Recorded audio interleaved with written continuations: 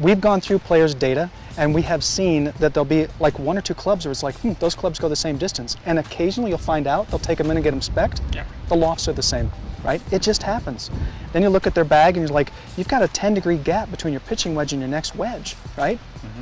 He wouldn't do that, right? So there's set composition things that you can do also to help these players. Yeah, absolutely. I mean, just to use an example, one of the players I work with on the PJ Tour a couple years ago, we were looking at his wedge data and he was awful, kind of in on a range where he should have been good at.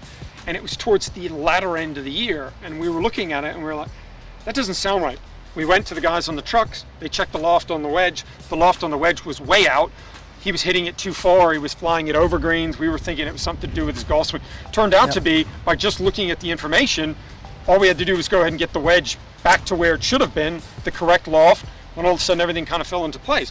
But without that information, without knowing that all of a sudden you're starting to hit this club way further than you were originally, and the way it's designed and the way that your data and the way that your kind of history says you can, again, all of a sudden, just check the loft, put it back to where it should be, and everything was fine. So set makeups, club fitting, all of it, again, it just allows us to be able to say to the player, whether it's a tour player or a regular 25 handicapper, this is you. This is who you are. This is what you do.